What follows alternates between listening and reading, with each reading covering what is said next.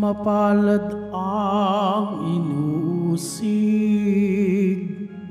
sa gawang puspos ng bait, pagkat may kakamting langit. Alleluia, alleluia, alleluia, alleluia.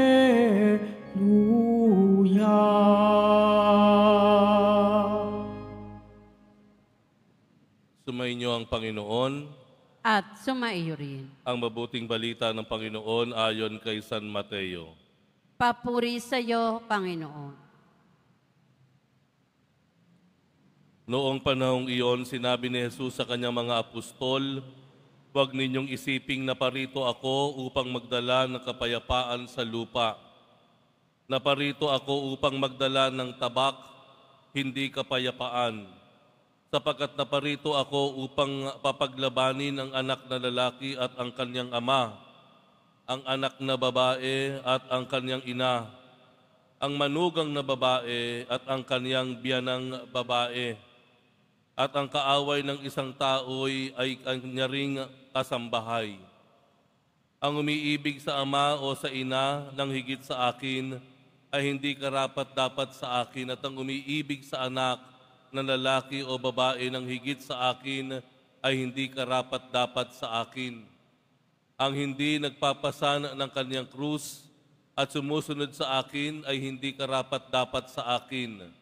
Ang nag-iingat ng kanyang buhay ay siyang mawawalan nito, at ang nawawalan ng kanyang buhay dahil sa akin ay magkakamit nito.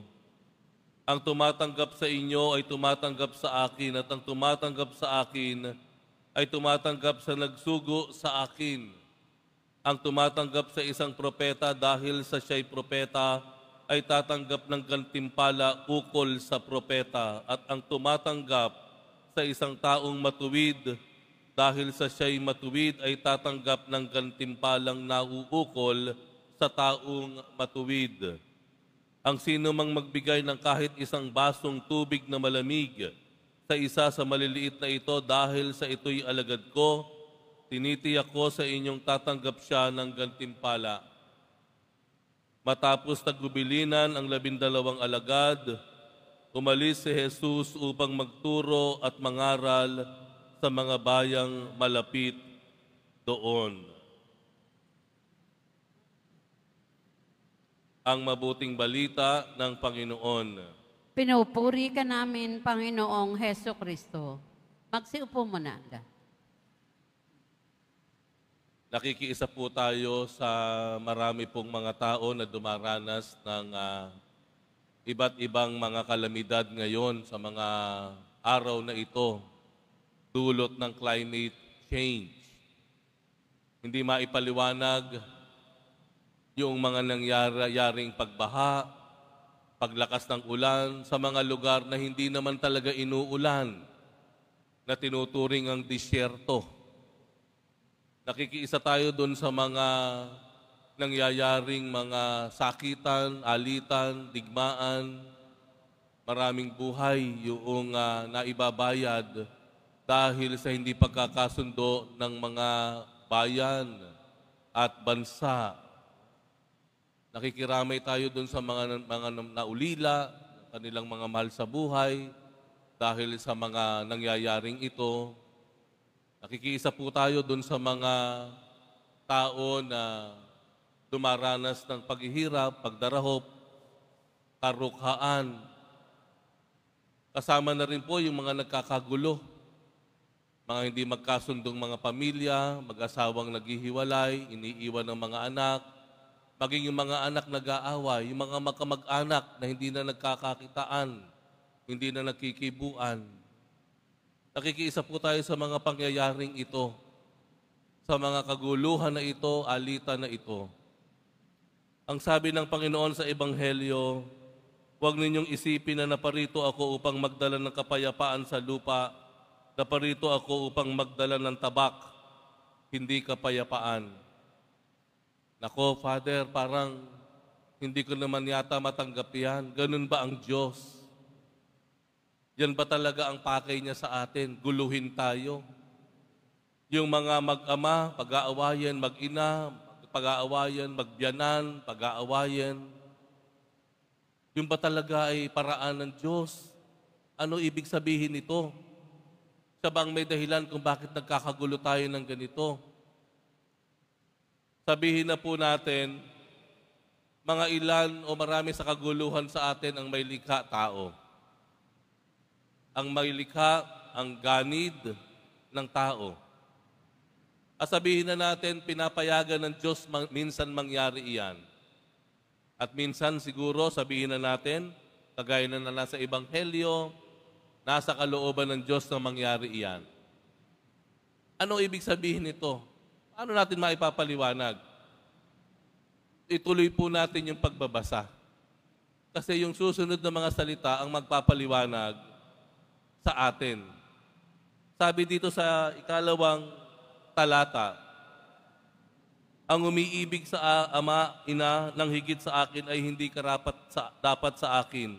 Ang umiibig sa anak na lalaki, babae ng higit sa akin ay hindi dapat sa akin.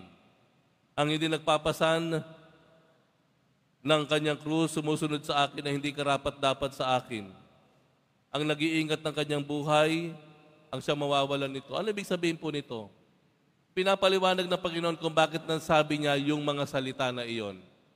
Ibig sabihin ng Panginoon, ang dapat pinakamahalaga sa buhay natin ay siya.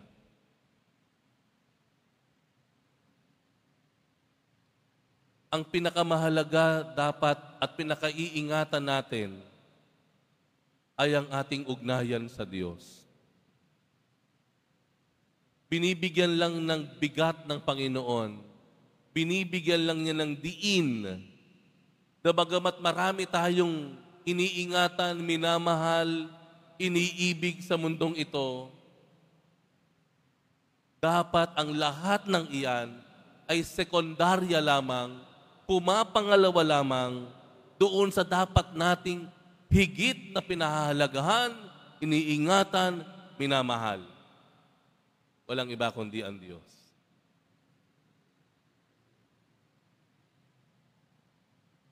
Bakit? Sundan uli natin. Ituloy natin yung ating ebanghelyo. Sa bandang huli, sinabi niya kung bakit.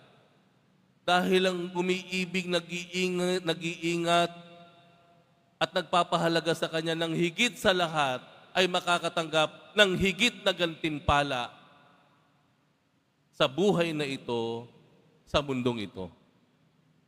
Nakita niyo sa bandang huli? Kapag tinanggap mo isang propeta, ang gantimpala mo, pang propeta lamang. Kapag ang tinanggap mo ay isang alagad, ang gantimpala mo, pang alagad lamang.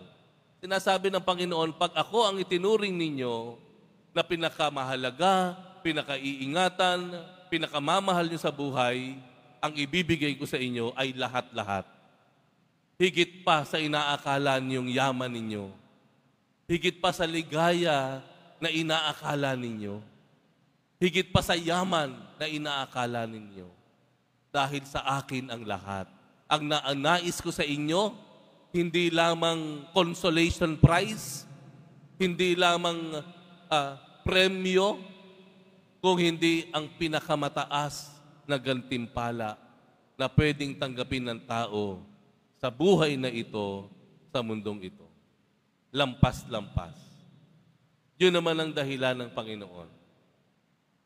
Kaya marahil kung tayo ay may mga alitan ngayon, meron tayong dinaranas na pagdarahop, karukaan. Kung tayo ay nakakaranas ng kaguluhan ngayon, ang gawin po natin, ilagay natin ang Diyos sa kalagitnaan. ilagay natin ang Diyos sa unahan. Hayaan natin ang Diyos ang manguna, ang mangpangyari. Hayaan natin ang kanyang kalooban, ang siyang matupad, ang siyang ating gawin at isakatuparan. Dahil hindi tayo bibiguin ng Diyos. Ibibigay niya ang gantimpala na nararapat na buong pusong niyang ibibigay sa atin. Higit pa sa ginusto o inaakala natin. Sabi nga, siksik, liglig, at umaapaw.